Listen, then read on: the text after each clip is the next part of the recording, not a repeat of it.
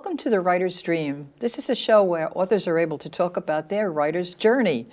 Every writer takes a journey, and readers and writers like to hear about that journey. So this is what we basically talk about in this show. You can find us on Facebook. The name of our page is The Writer's Dream. You can also find us on the LTV website, video on demand. Just search for The Writer's Dream. So I'd like to start the show by introducing a guest that we've had many times before. Yes, many times. Well, maybe not many, but three at least. And her name is Pauli Libsohn, and Pauli is the author of a series of books based on her mother's poetry. Yes. And she has had a most interesting journey, especially finding, first of all, the subject matter of these books, and then to go on with actually dealing with producing all of these books, each one of which is really a beautiful gem of poetry and a wonderful, wonderful love story. Yes. So every journey has its steps, and the first step is always with books and any art form, inspiration. So what was your inspiration, Pauli, for starting this project, which has consumed you for the last 5 years? Right. Well, let me just explain. It started back in 1971 when I had an assignment at C.W. Post College to write a poem. And I could not write the poem. I thought I could not write the poem. So with that thought in mind, I went home and I said to my mother, Mom, you have to help me, and you have to help me write this poem. I can't go to class with nothing. And she said to me, oh no. She said, you're going to write the poem and I'll correct it. So I was beside myself because how am I going to write a poem? Mm-hmm. So I was sweating, really. Mm-hmm. So somehow I wrote a poem, but I called it Imitation of a Poem. And I showed it to her, and she said, look, she said, it's terrific. She said, feel confident, hand it in. So I did, and I was very happy. And with that, I figured I was finished with poetry. But no, that was just the beginning. Because that night I came home and my mother said to me, you know, she said, you gave me an idea. And I said, what? She said, with your assignment, you gave me an idea to write a poem. I said, oh my God. I said, you're kidding. She said, no. She said, get your father. She said, come into the kitchen. She says that I want to read you something. So with that, she had written her very first poem, which she titled Duet. And my father and I sat there at the table and we were dumbfounded because where did all this come from? It was miraculous.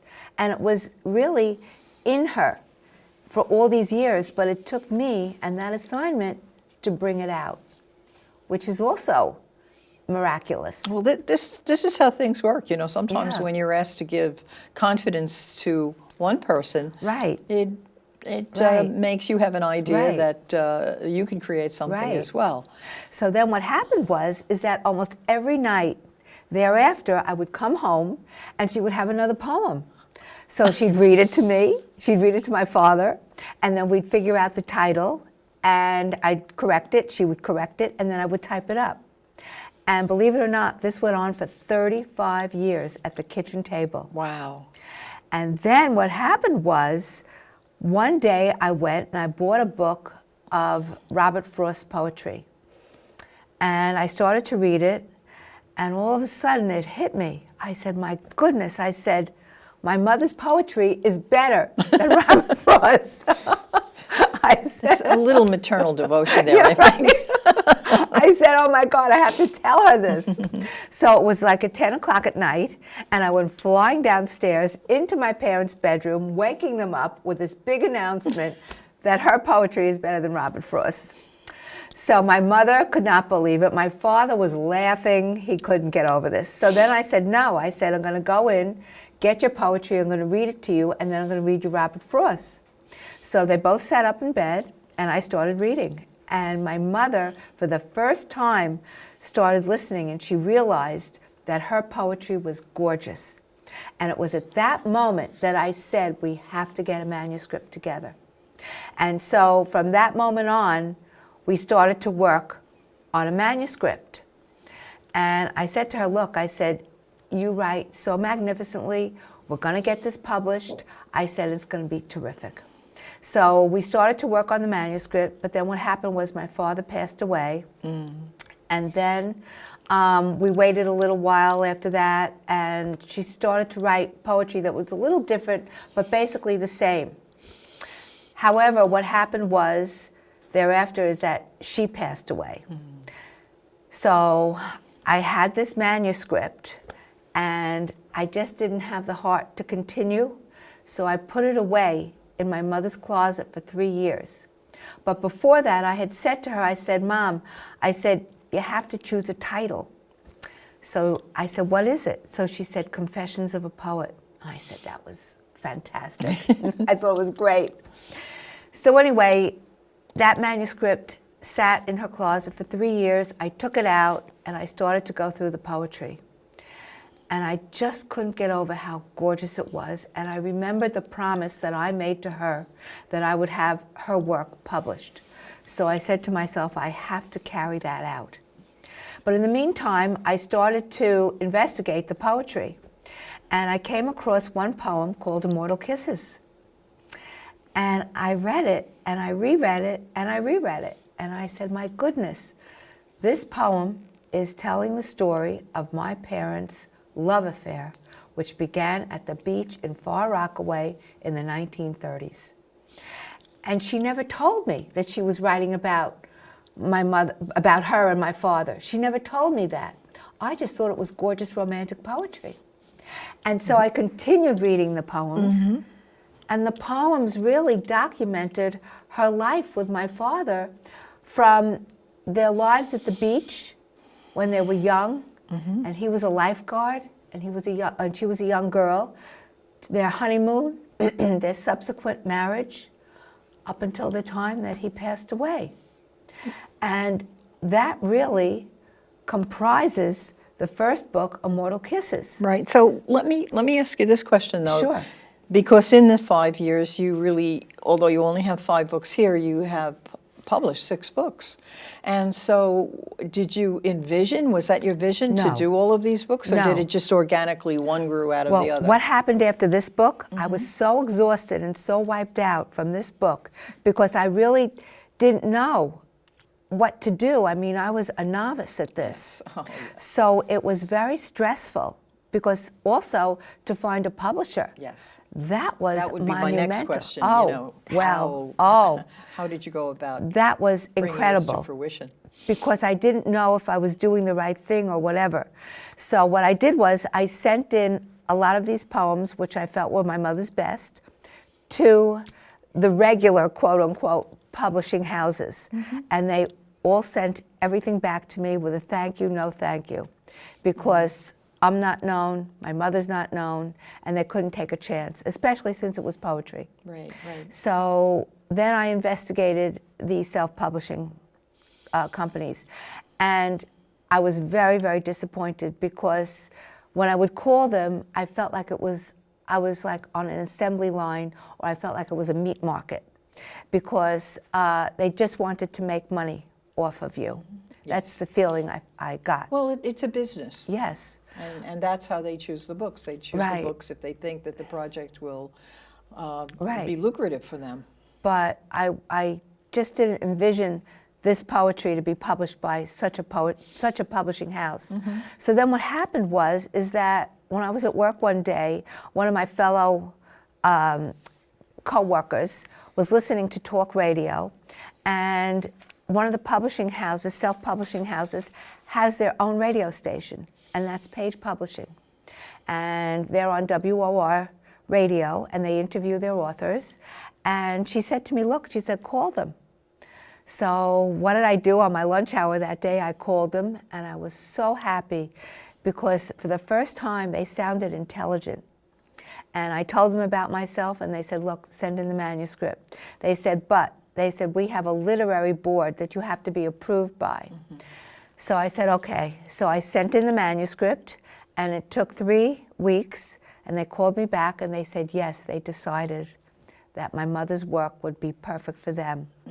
And then I made an appointment, and at that time they were in Manhattan, and I went in, and I had a meeting with them, which I loved.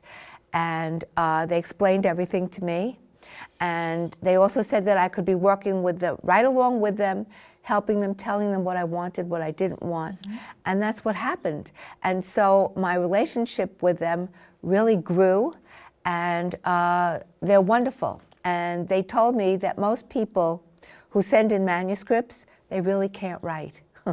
They want to be famous, and they really can't write, and they have to turn down so many people.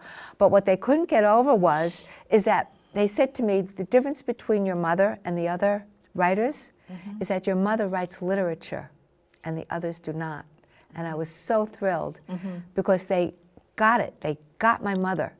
And it was from that moment on that it was just free sailing. Well, the poems are beautiful. Yes. They really are. Yes. And I love the way they formatted the book. Yes. So I think you... I wanted it very artsy, and I told them that. And I collaborated with them, and we decided on everything, and they did it perfectly.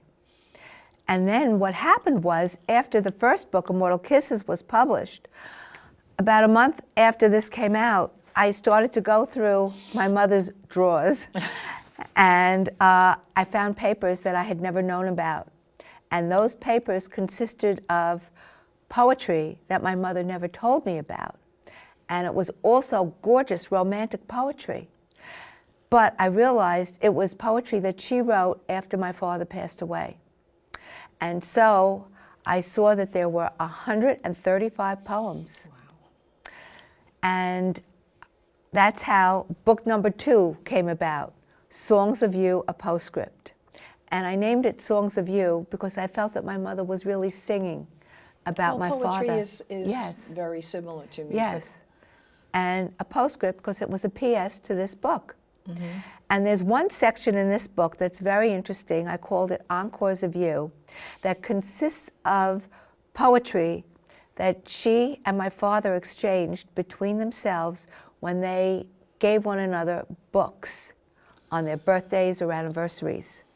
And when we moved from our home in Brookville to Manhasset, I had to go through all the books that they had exchanged, and I tore out the pages that had that poetry. And then, never realizing that I was going to publish that. So meanwhile, this book has a whole section on that poetry that they wrote to one another when they exchanged books. And it's very special. And then at the same time, when I was going through that poetry, I found another box. And it consisted of essays that my mother wrote on books about love. She's a busy little beaver, wasn't she? I couldn't believe it. And she never told me this, that she read throughout her lifetime. And I started to read all these essays. And I said, my God, I said, it's brilliant. I said, I have to publish it. You know, it's interesting that you tell this story because so many people will find things in attics and throw them out. Right. And not think anything of it. And also the people who write these things and create these treasures, they throw them out. Yeah. Because I've had this situation in my own family. Where is that thing, Ma? Right. Oh, we threw that out. Oh God. I know. Oh, okay, God. thanks, Mom. Right. So you were fortunate that she saved things and that you Yes. found them and that you have the vision. Yes. Again, the vision to create these books and share these beautiful poems with people. So it's incredible. So then what happened is that because of these books, I embarked on a lecture tour due to you. You had suggested that to me. And it was a very successful tour, and everybody could not get over the stories that were connected to all these books, to my mother's poetry. And they said, you know, the story is so gorgeous, you have to write a book. And I said to myself, how am I ever going to write a book? The same way you wrote the poem, the first poem. Yeah, right. And that's what happened. I sat down and I started, and I wrote the story of my parents' lives together. And that book came out, and it's called What is Love? Now, but let's back up a little bit. Okay. Now, in Silhouettes, you found these. You found. Is this just the poems you found associated with the books? These are just essays. Okay.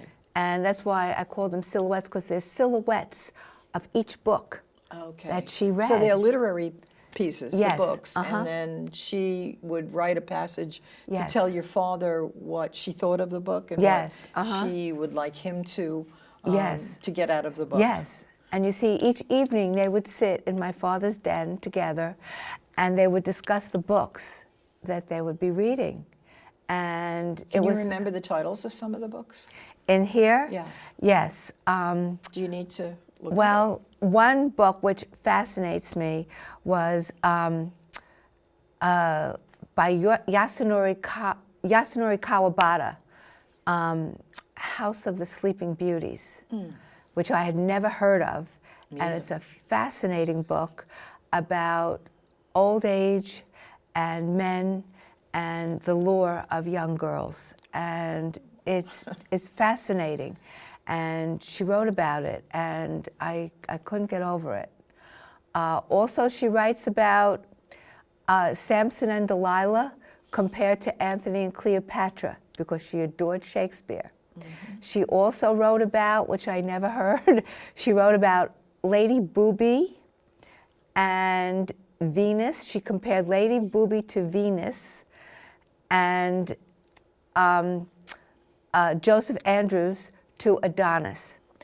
Lady Booby and Joseph Andrews are in one book by Henry Fielding titled Joseph Andrews.